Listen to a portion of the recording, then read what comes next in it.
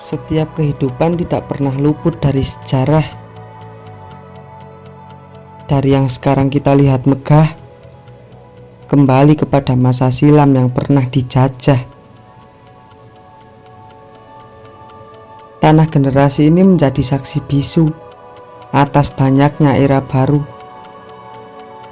Dari pejuang darah hingga pejuang nafsu. Desa yang bernama Semayu adalah salah satu dari banyaknya ribu yang menyaksikan alur gelap menjadi gemerlap, alur sepi menjadi berisi, bahkan dari roboh yang menjadi kokoh.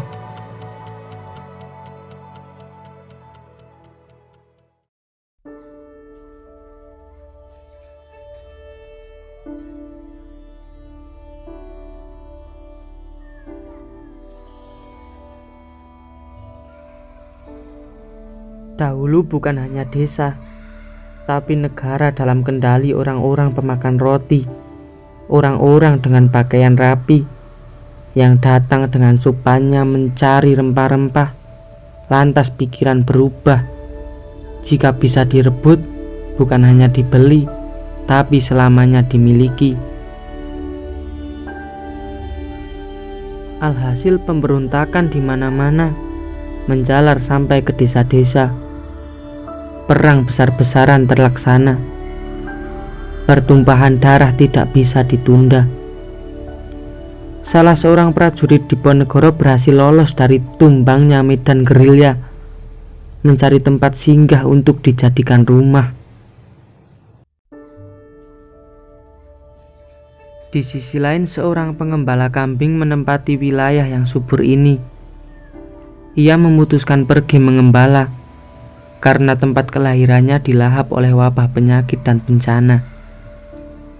Namanya Nolokusumo, yang sampai saat ini diyakini penemu lokasi desa Semayu.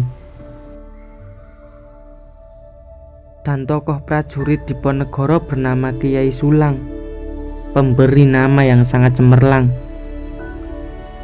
Dua tokoh besar ini membangun dan memajukan desa, tapi untuk sebuah nama belum ada kepunyaannya.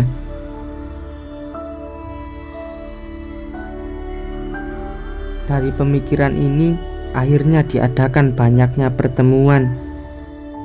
Namun Nolokusumo tidak pernah hadir untuk mencetuskan. Ia lebih memilih semaya, jika dalam bahasa Jawa selalu menghilang entah kemana.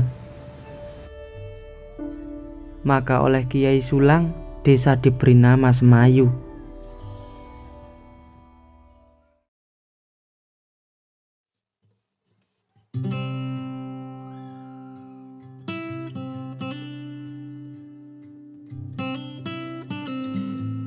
Kala itu desa menjadi dua kubu, dengan tokoh Lurah Marwi yang memimpin Semayu Jurang dan tokoh Lurah Tanu yang menjadi pimpinan Semayu Gunung.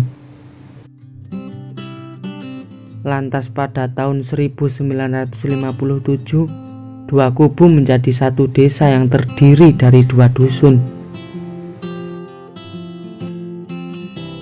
Tahun demi tahun kepemimpinan silih berganti.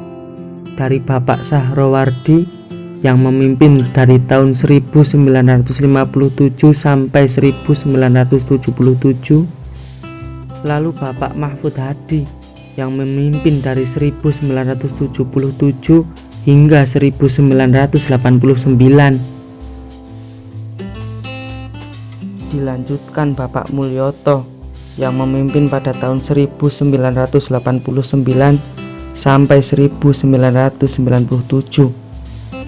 Lantas dilanjutkan oleh Bapak Dr. Andes Tauhid yang memimpin pada tahun 1997 hingga 2013. Lalu perjuangan pun dilanjutkan oleh Bapak Lukito Aji dari 2013 hingga saat ini.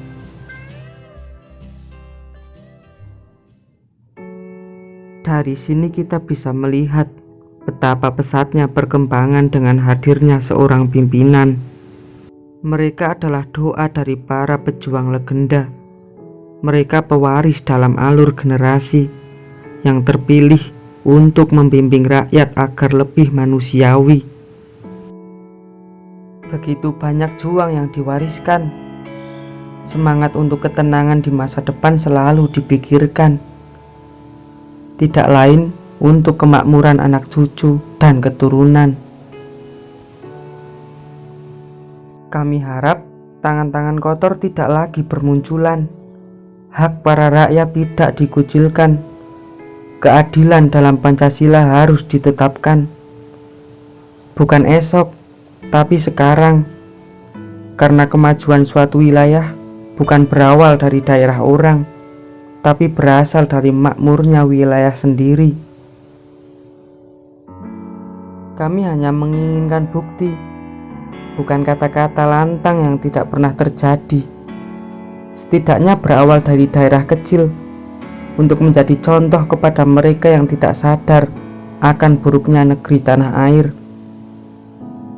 Karena kami yakin desa ini akan membawa peradaban besar, akan membawa kemajuan besar sampai akhir.